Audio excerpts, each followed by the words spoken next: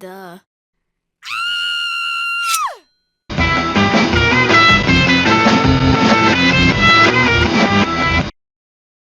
Hello, Samantha. I am your ghost face with the most face, ladies and gentlemen. K-Swope. Hope you guys are having yourselves a great day. Fear not, we are talking about Scream 2022, aka Scream 5 today. Don't get it confused with the original Scream, but I did do a review on that. You can check that out right here if you so desire, because you do not want to miss out. As for all my Scream reviews, we're going to talk about the good things about the movie, the bad things about the movie, give it a rating on a scale from 1 to 10. 1 being stepping on a Lego brick quality, 10, of course, being Citizen Kane-esque quality. Now, that being said, let's dive right in. Good stuff. So this film's opening, okay? I personally think it rivals the first one based on how good it is, because I think the other Scream openings, let's just give a little bit of a head count here. Scream 1, iconic. Drew Barrymore, absolute masterpiece. Scream 2, Jada Pinkett Smith in the theater, it's all right. Scream 3, Cotton Weary and his girlfriend, Scream 4, super duper meta and 2 false openings. It's a lot of fun, very memorable. But this one is probably the best, most well-written, interesting one, I think, since the first one, if that makes sense. So I really, really like that. Also, another important fun thing to point out is Jenna Ortega. She is the first opening girl of a Scream film to actually survive the movie, which almost never happens. In fact, it doesn't actually happen. Period, come to think of it. So props to Wednesday. Speaking of Wednesday, Wednesday is sisters with In the Heights. And this is really interesting because instead of having one singular final girl protagonist, you have 2 now, which is also really, really interesting. And that is kind of interesting too, because it kind of mirrors the fact that there's 2 Ghostface and now there's 2 final girls and they're sisters. And I think it makes for a really interesting dynamic, both story-wise and to just kind of change things up a little bit with the Scream canon and kind of like horror canon generally. You know, it's very nice to see that because the final girl trope, everyone's seen that. This puts a new spin on that, and I do quite appreciate it. I also mentioned we have a new cast, and this new cast I do quite like. It contains of In the Heights, Stuck in the Middle, The Boys, Anora, 13 Reasons Why, Yellow Jackets, Hard Eyes, and her. Now, I really like this cast. I think that it was very, very well cast. That, in case you didn't know, this film was shot during the pandemic. Okay, they're in the heat of things. They're all quarantined together. And from what I've seen and heard, they actually made this filming for them amazing. Like, it was a really, really fun time. I heard that, like, David Arquette, okay, he apparently is like a certified Bob Ross, like, paint trainer, and he did painting classes with everybody, and they just had a really, really good time on set of this film. And I think that really shows through with the cast, the characters, and their chemistry. It does not feel forced at all. I think the first Scream did feel a little forced, to be quite honest, with, you know, the friendships and things like that. It felt, you know, kind of corny in 90s, because, I mean, it was. Not enough for me to mention anything at the time, but you just compare that cast to this cast, and this cast actually feels a lot more natural together. Like, they're actually friends, and so I really, really appreciate seeing that. It was really, really fun to see. And like I said before, some big names, some well-known people are in this cast. Now, I mentioned back in my Scream 4 review, because I'm reviewing all the Scream films, by the way, so if you have not seen that one yet, go check that one out. Posted it last week. And of course, we'll be doing Scream 6 and 7 in the following weeks. So make sure you guys are ready for that. But anyways, in Scream 4 was interesting because it was basically doing a requel before the requel was formally established. And so they kept using the reboot terms and things like that, and it didn't quite land well because they were kind of on the cutting edge in Scream 4. They were almost ahead of its time, and so that's one thing I appreciate about that film. This film, though, is like a hardcore, okay, requels exist, now let's go ahead and get all requel on them. And it definitely leans into that very hard. I also think it does a requel right, because there's so many requels out there that just feel kind of forced, not very good. Like, do we need to bring up the Star Wars sequel trilogy? I don't think so. I don't think anyone wants me to bring that up ever again, but hey, we'll see. Let me know if you want me to talk about the Star Wars sequel trilogy in the comments. We'll see about that. But either way, bravo, really well done, very well executed, and it commented on the trope very, very well. There's also one scene that I think is very good at building suspense and is also kind of sort of meta in a way, and it's meta because it knows that you're expecting something and it doesn't give it to you, and so I kind of enjoy that. But that is the scene where Wes unfortunately bites the dust, because we have 2 fake outs, because I'm sure you remember back in the first Scream film, right? There's that scene where Sidney opens the closet and you expect to hear the sound cue building up, sort of, that she's going to close the door and someone's going to be standing behind it and there's no one there. They do that twice in this scene, and I do quite appreciate that, because then it really keeps you on your toes, because you're not entirely sure where Ghostface is going to come from and when he's going to come, and so that is very, very well done. On a completely unrelated note, I also have to say that Dewey and Gale, their relationship, okay? I talked about this a lot, especially in the Scream 3 review. It always seems to be on again, off again, and at the end of Scream 3, they finally decide to get married. They tie the knot. In Scream 4, they are married, and I do appreciate seeing that. And now they're separated again come this film, which I'm going to refer to from here on in the video as Scream 5, because Scream 2022 is not fun to say. More on that later, by the way. But I will say it did not bug me in this film because they were building to the final climax of their relationship in the entire Scream franchise. Because, spoiler alert if you did not see it already at the beginning of this video, Dewey dies, which is insane, and I have a lot to say about that. But Dewey and Gale have this really, really good scene together where they kind of lay it all out there. And then, of course, Dewey basically, kind of, sort of, not intentionally, sacrifices himself in order to save everybody. And it's a really, really heart-wrenching scene, honestly. Like, I just rewatched it today. It's hard to watch, not gonna lie. It is really, really hard to watch because I love Dewey so much. But either way, it's very, very fascinating.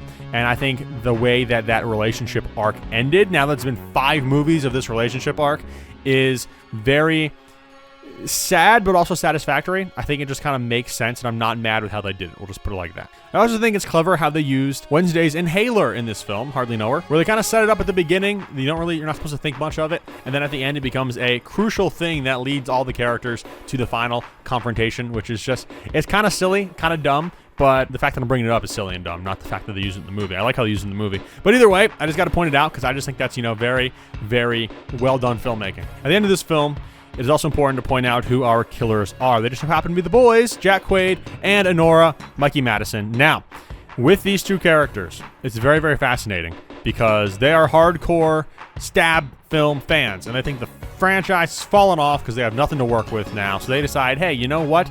Let's create another real scenario that's actually good to base more stab films on because they're insane. Between these characters really point out the issue with toxic fandom, which is super important, especially because I just brought up Star Wars in the sequel trilogy.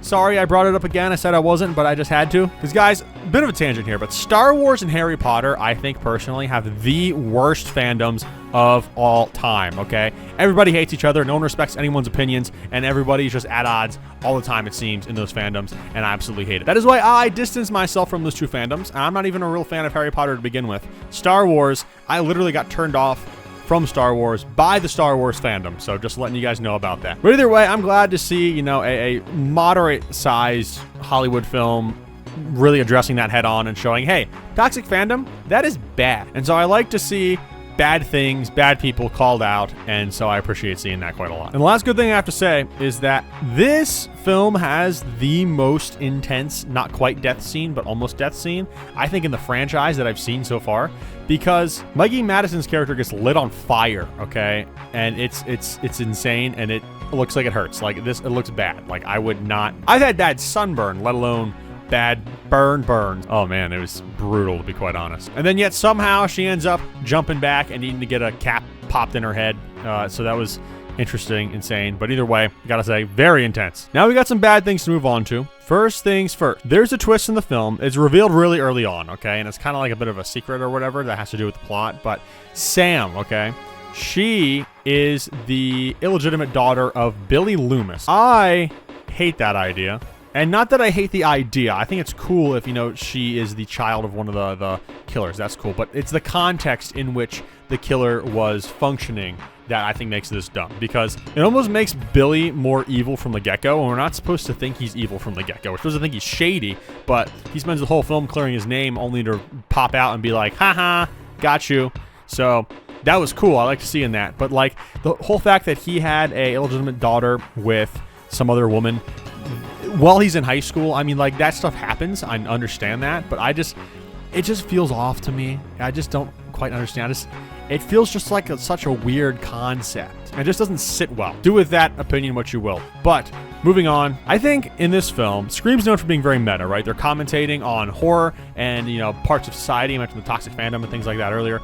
But I think one of the biggest issues with this film is that it's almost too meta and way too on the nose For example, here's exactly what I'm talking about. The iconic scene from the first Scream film where Jamie Kennedy's character, right, he's on the couch and he's yelling at Jamie Lee Curtis to watch out, Jamie, and it's super meta because right behind him is, the same thing going on, and it's just, really, really fun to see.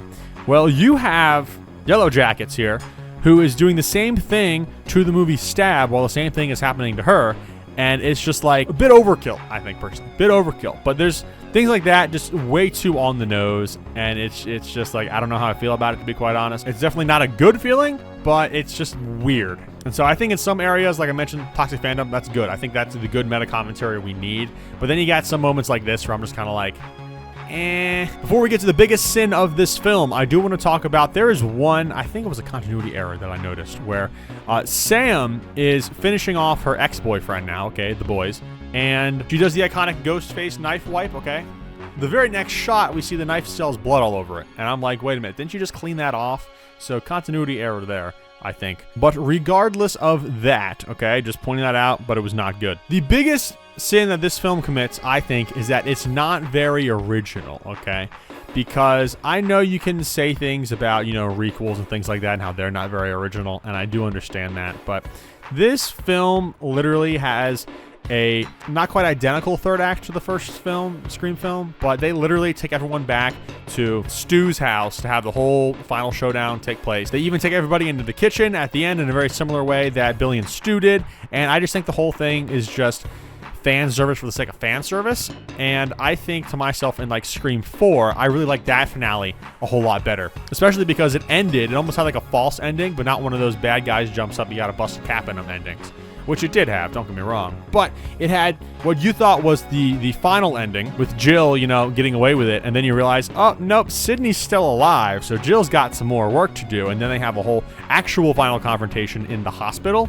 I appreciated that. This, I just kind of knew how it was going to play out in some way, shape, or form, and just kind of disappointed by that, to be quite honest. And literally, the cast that I love so much, they're literally all legacy characters in the most literal sense, because they are all the kids or descendants in some way, shape, or form of other characters in the first Scream film, with the exception of Wes, because his mom works for the police and was introduced in Scream 4. So it's kind of nostalgia baiting there, but again, it is a requel, so it gets a little bit of slack for that. But either way, if I'm thinking about all the Scream films and I think of which Scream film has the least original concept, I'm probably thinking about this one, to be quite honest. But all that being said, that closes out the bad section. I do have quite a few notes, actually, because there were a lot of things in this film that sort of rubbed me in ways that I don't quite know how I feel about it. For example, I brought up that Dewey dies, okay? Again, I think it made for a really, really good moment in this film, and it did really good at closing the Dewey-Gale arc. However, I love Dewey. Dewey was the GOAT, okay? So because I loved him so much, I didn't want to see him die. That's just kind of where I'm at with that. Again, it worked in the film. Doesn't mean that I enjoyed seeing it, to be quite honest. And speaking of Dewey dying, okay, there's another big issue here. So Mikey Madison is one of the killers, okay? Nora, right? And the fact that she is able to go toe-to-toe and do so many things, even though she's, a lot smaller and shorter, people have pointed that out on the internet before, and she's the one who actually finishes off Dewey. It's weird. There's a discrepancy there. Now, my first time watching this film, I really did not have an issue with it because it was so long after that to when I noticed that was the case. But now, of course, with it being a film that is rewatchable, you can go back and notice these problems. And so I'm noticing it, and I'm kind of mixed about it. I will say I do think it's also iconic that 11 years after the fourth Scream film, which took place 11 years after the third Scream film, we get this one. So it's almost like there's a trend going on here. A trend that will be broken next Scream film, because I believe, if I'm not mistaken, the following one came out, I think, 1 or 2 years? I'm going to edit and show you the thing. Yeah, okay. So you know what? I don't. That's fine. But there is a big elephant in the room we have to talk about when discussing Scream 5. And that, ladies and gentlemen, is Wes Craven. Now, if you don't know who Wes Craven is, he is a horror icon. He did Nightmare on Elm Street, a bunch of other movies, which I'm not going to dive into right now, but Elm Street, I think, is the most popular one that he's done. But Scream is his baby, okay? And he unfortunately passed away in those 11 years between Scream 4 and this film, which is very sad, and that's part of the reason why we did not get a direct follow-up sequel to Scream 4, being, the Scream 5. So I think people were very apprehensive. I know Neve Campbell was very apprehensive before coming back for this film, and I totally understand why. But there are at least 2 significant moments. Probably more because I wasn't, sitting down counting every single thing. In which Wes Craven is paid a lot of tribute to. And 2 of them, I think, for example, so the character Wes, of course, is named after Wes Craven. He unfortunately dies. And they throw a party, which is, well, let me rephrase that. They throw a memorial, which is actually just a party, in Wes's honor, in which they all get a shot and they all shout for Wes, okay? And they drink it, okay? So that's intentional, very on the nose. And then at the end, right by the credits, there's a little title card that says for Wes as well. And so there is that. It's very, very fascinating to see. And so Wes Craven, rest in peace. He was a legend, okay? A legend, I tell you. But all this being said, I've sat down, I've rambled for a while. Where do I rate this? Scale from 1 to 10. This is honestly the hardest film I've had to rate. And let me tell you why exactly. Because I mentioned in my Scream 4 review that Scream 4, in my opinion, is about on par with the first Scream. And this film was also very, very interesting because if I'm sitting and looking at it, I think this is a more well-made film and a better film generally than Scream 4. However, I still did not quite enjoy it more than Scream 4, which makes it really, really hard for me because one half of me wants to put it higher than Scream 4. The other half of me wants to put it lower. I also feel wrong, given that Scream and Scream 4 have the same rating, to put it higher than the first Scream. So that puts me in a really, really awkward place. But I think the easiest way to settle this is to just also give it an 8 out of 10, like those other 2 films. And that settles that, ladies and gentlemen. But that is all I've got for you guys today. I, of course, am K-Swope, and although this movie may have been scary, don't forget that Jesus loves you, and we will see you in the next one.